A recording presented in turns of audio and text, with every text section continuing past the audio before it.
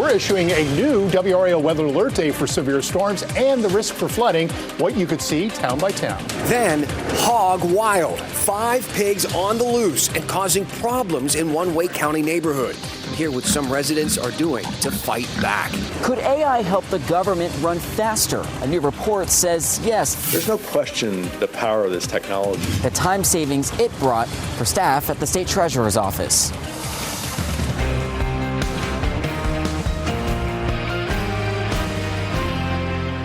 Thanks for joining us. I'm Dan Haggerty. Let's start with these storms. Boy, they moved in. They popped up quickly here in the Triangle, prompted us to make tonight a WRAL weather alert day as we take a live look at Fenton. The hardest rain has at least passed through there. A couple of people making their way back out into the grassy area. But we have team coverage for you tonight. Carly Haynes in the live center monitoring some traffic cameras. WRAL's Willie Danley is out on the roads checking on driving conditions. But we're going to start with meteorologist Mike Mays. Mike, where do things stand? Dan, it's been an active afternoon. Severe thunderstorm warnings. We've had flood warnings, flood advisories. Right now, the most immediate, a flood advisory for parts of Wake County. That's until about 8:30, up to 1 to 2 inches of rain falling in this general vicinity. Minor flooding happening right now. New thunderstorms developing in Columbia Springs. Looks like a new flood advisory has just popped in over here. We'll investigate that in a second. Johnston County, we have scattered showers and storms. Flood advisories, that's new. Let me check out and see what that is. That's a new flood advisory for parts of Chatham County. That's until 9 o'clock. Also, Moore County is that until about 9 o'clock. We have a flood advisory for Sampson County, flash flood warnings all the way close to the coast. So the radar is likely to be active at least through 10 and 11 o'clock. And you can see over toward Jackson Springs, some heavy rainfall, the Robbins community, Bear Creek and Goldston in that flood advisory. It, again, is going to be an active evening. We also have that risk for severe weather. It's a level 1 risk for Raleigh, south and west, damaging wind gusts. We've already had some reports of wind damage off to the west in Randolph County with some trees blown down, and also that medium risk for flooding, which has already been realized. If you're going to be out this evening, be aware the roads will be wet. And the Futurecast model showing the showers and thunderstorms lingering. They'll probably be heavy to maybe severe through 10 o'clock, and then overnight still some lingering showers, and that might be the case into the weekend. I'll show you that with Futurecast coming up. Boy, that radar looks busy. Thank you, Mike. Let's check in with Willie Danley. He's out on the roads. He's tracking conditions for us. Willie, give us an idea of how things look out there. Well, Dan, so far we've been all the way around the Triangle from the Durham area now to downtown Raleigh, and we've seen some pretty intense rain. I'll give you a look at what we're seeing right now. We're heading down Capitol Boulevard, the South Saunders Street area. We've seen some pretty intense rain. Actually, a few cars hydroplaning due to the puddles the ponding that we're seeing on the side of the road. And yeah, it's been a pretty consistent downpour, I'd say, for the last about an hour and a half in this area. We're going to continue to be out here on these roads and keep you up to date with what we're seeing. As I said, we've seen some hydroplaning. We've actually seen an accident or two. So we're going to continue to keep you posted. Back to you. Thanks, Willie. And here in the WRAL Live Center, we are also seeing some crashes, one in particular that's happening in the same area of that severe thunderstorm warning from earlier. 2 cars looking like they have some damage there with some first responders standing by. One lane is blocked off. This is on I-40 near Fayetteville Road. That's close to South Point and exit 276. We can also still see some of those wet roads from that rain that came through. So the weather is having an impact to traffic here. All right, Carly, thank you. And you can keep up on the latest weather advisories, the forecast with that newly redesigned WRAL weather app. It is free to download, of course. Be sure to turn those push notifications on. It gives you those important alerts sent right to your home screen. So you have heard the story of the 3 little pigs, right? Well, in Wake Forest, they're dealing with 5 not so little pigs, and they're causing some problems for the people who live in Tuckahoe. Check out the pictures. These are circulating. I mean, look at that. These are circulating on a lot of message boards in the area. We have WRAL's Kirsten Clark joining us live from Wake Forest. You talked to some of the people who have encountered these pigs. What is the story here? Dan, it's not every day that you walk out of your front door to be greeted by a pack of pigs, but that is exactly what Caitlin Nizam and her husband tell us they found right here in their front yard just 3 days ago. Now, I want you to take a look at the ground. You can see all these hoof marks on the ground are from those pigs. Nizam showed us her garden here where she has freshly planted flowers and plants. Well, those pigs, they tore all of this up. And the family actually, they fed the pigs. And if you look over here, there's some leftover carrots still left on the ground. Now, we want to show you some more pictures pictures and videos of those pigs. Again, these are large hogs. Nizam says it seems to be 1 male and 4 female pigs. She says they have not acted aggressively towards her family, but another neighbor we spoke with says they did charge at her kids while they were riding bikes this morning. And so they just start running towards us. And then the neighbor across the street got off her porch. Luckily, she was there and started shooing them away, like running towards them to shoo them away. And they turned around and they went back. And then we just went back home. But it was kind of scary for a second. Now, unfortunately, we have not seen those pigs since we arrived here about 2.5 hours ago. Nizam says she thinks they might be somewhere in the woods back here sleeping. She said animal control was actually here this morning. They did not have the resources to corral the pigs, and they tried to get in touch with someone who might be the owner, but had no luck. Now, here's the good news. Nizam was able to get in touch with 2 farmers who said they would be happy to help corral those pigs. And they said they might be able to do it tonight. So we will be sure to stay on the lookout for those pigs. We will continue searching for them. And if and when those farmers get here to corral those pigs, we will be right here front and center to watch them work their magic. But for now, live in Wake Forest, Kirsten Clark, WRAL News. Kirsten, you got the good story tonight. She is on pig watch for us here on WRAL. Kirsten, thank you. We're going to check back in. All right, we got the 5 things that you should know right now. First, we'll start with this. A fox that was found dead near the Carolina Arbors community in Durham County tested positive for rabies. Authorities are investigating multiple reports of fox attacks in that area over the last couple of days. The sheriff says that the discovery is one rabid animal may indicate the presence of others, so make sure your pets are vaccinated. A man accused of robbing a bank in Raleigh is now charged with a second robbery that happened the same day. So this was the scene yesterday afternoon at the Truist Bank there on Oberlin Road in the Village District. Well, court documents are saying that Nicholas McLeod, he's the person they say passed a note to the teller demanding cash. Andrew police now saying that that same man, that same guy is a suspect in a bank robbery that happened earlier in the day. McLeod is now facing charges in Wake and Harnett counties. A 15-year-old boy who was injured in that shooting near the Outer Banks, a pier there, is out of the hospital now. He says he's ready to go fishing again, so apparently in good spirits. The Avalon Fishing Pier in Kill Devil Hills posted that picture on Facebook today. The teen with the employee who actually helped him wait with him before the ambulance arrived yesterday. The other person involved in this who was shot, that person died, and police say the suspect was arrested in Southern Shores. The Danville, Virginia councilman who was set on fire earlier this week had his first surgery today. Lee Vogler's wife shared the update on Facebook. She says he is at the UNC Chapel Hill unit there receiving treatment at the Burns Center. Vogler has been hospitalized since Wednesday when he was doused with gasoline and set on fire. Shotzi Hayes is the suspect here, arrested and charged with attempted murder.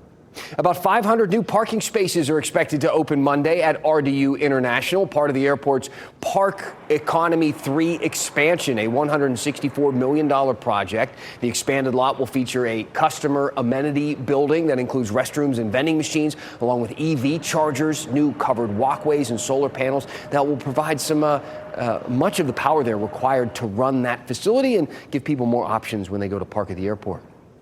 Artificial intelligence is creeping into our everyday lives, and it could soon help North Carolina's government provide faster service to taxpayers.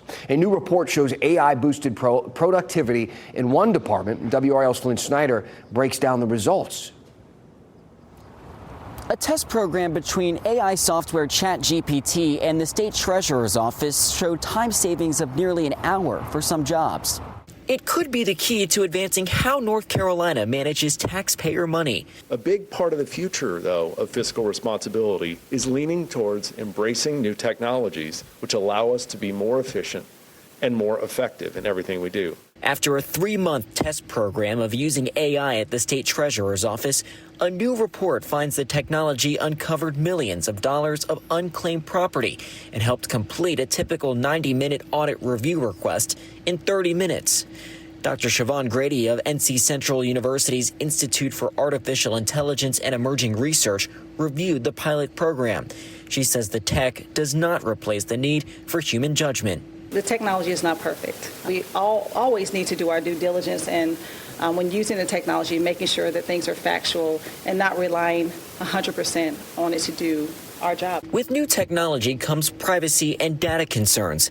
State Treasurer Brad Briner says the program only tested AI with divisions that do not handle sensitive information, calling it a necessary hurdle to expanding the technology's use in government. You have to figure out how to protect that private and personal data in a way that's satisfying and deploy those tools in the divisions that do that. We didn't attempt to address that question. Briner called the results impressive and said the technology could be used to streamline other government services one day, like the DMV. Flint Snyder, WRAL News, live in Raleigh. And they say the report also revealed that some jobs that usually take about 20 minutes to do were done in 20 seconds. In orbit, a UNC grad and 3 other astronauts are in orbit, approaching the International Space Station tonight. Ahead of the mission this group is tasked with completing when they arrive. And under construction, a roadwork project that will clash with one of Raleigh's biggest events. Mike? Dan, the radar is active. We have a new severe thunderstorm warning for parts of Wake County. It's the southern part of the county, parts of Harnett County and Johnston County. That's until 7:30. I'll have a closer look at this and all the other flood advisories that are ongoing now coming up.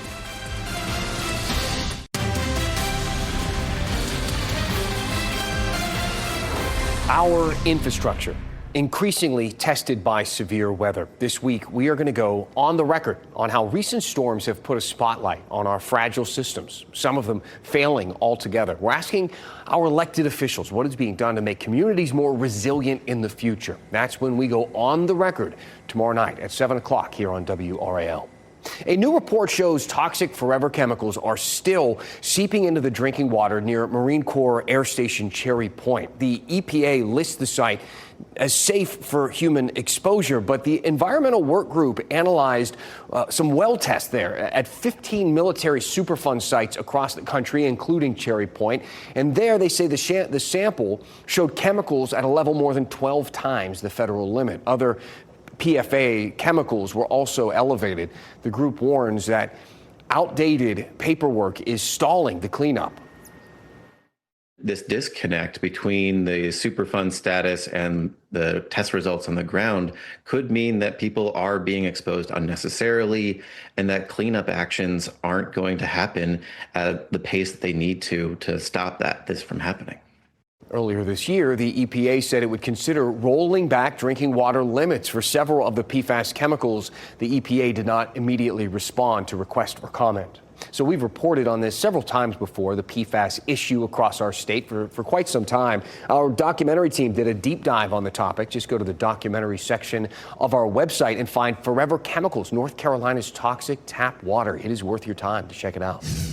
You should expect some traffic delays around the state fair again this year. Traffic's a problem even without, other projects going on, but the DOT says that they will be doing some work at the Blue Ridge Road and Hillsborough Street area.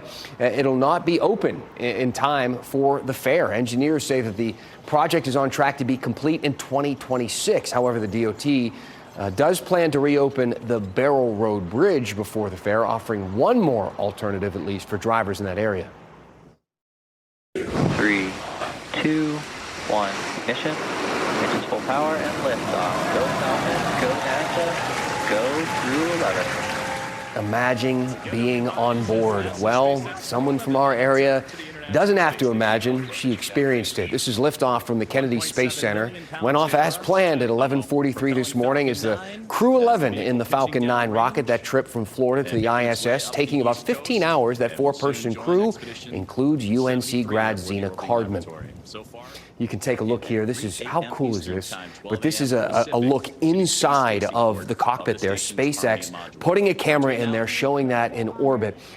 You can see Zena, one of the people there at the bottom of the screen. The rocket will arrive at the International Space Station around 3 o'clock in the morning tonight.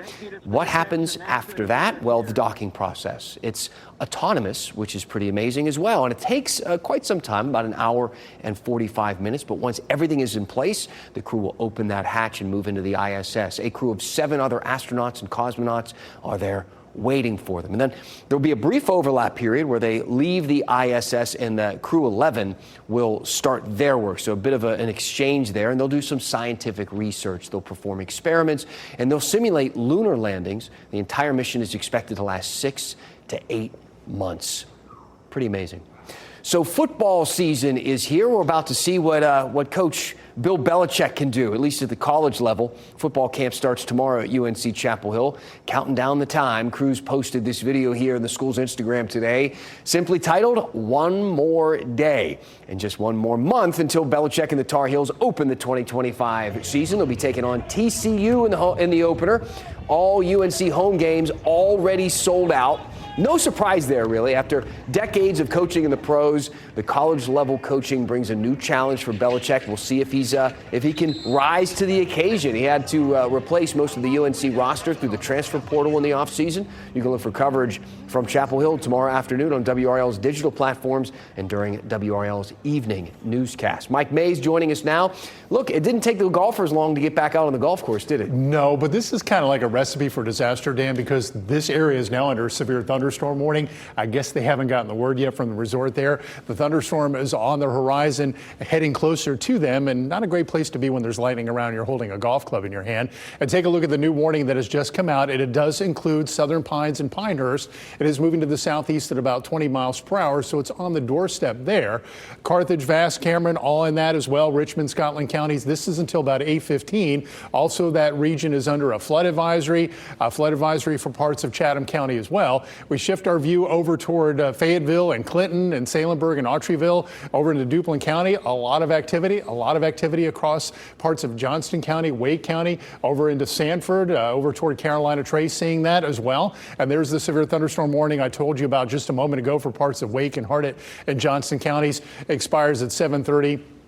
Strong damaging wind gusts to 60 miles per hour, maybe some small hail. There is a lot of lightning just to the west of Clayton and southeastern Wake County near Willow Spring.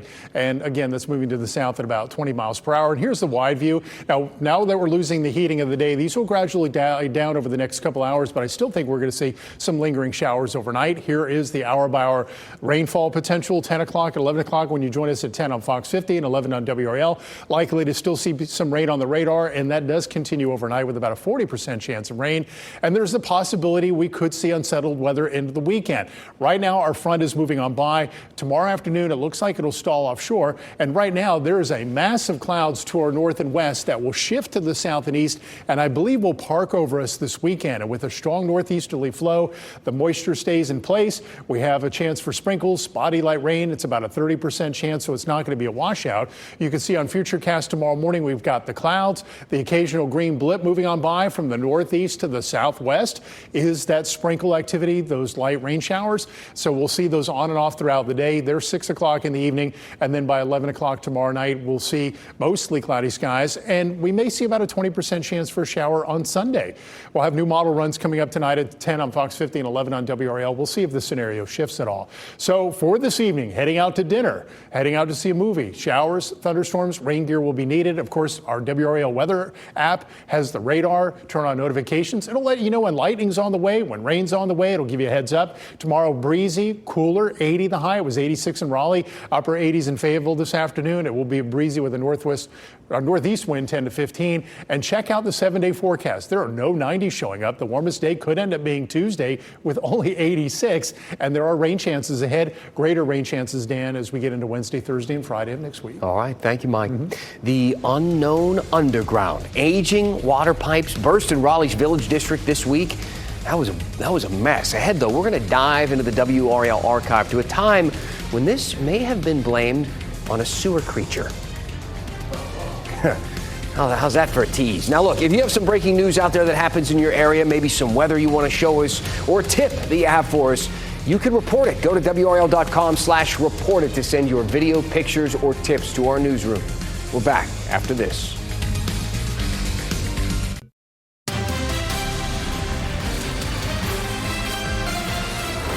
This week, 2 underground water pipes burst in the Village District, and it reminded us of a 2009 story that focused on the underground in that area. The Village District, you may remember, was previously called Cameron Village. So we dug into the WRAL archive for a story about the sewer creature. Thanks for joining us tonight as we leave you with this, your Friday moment of nostalgia.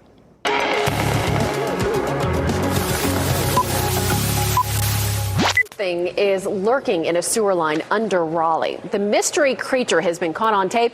The video of this sewer monster is burning up the web.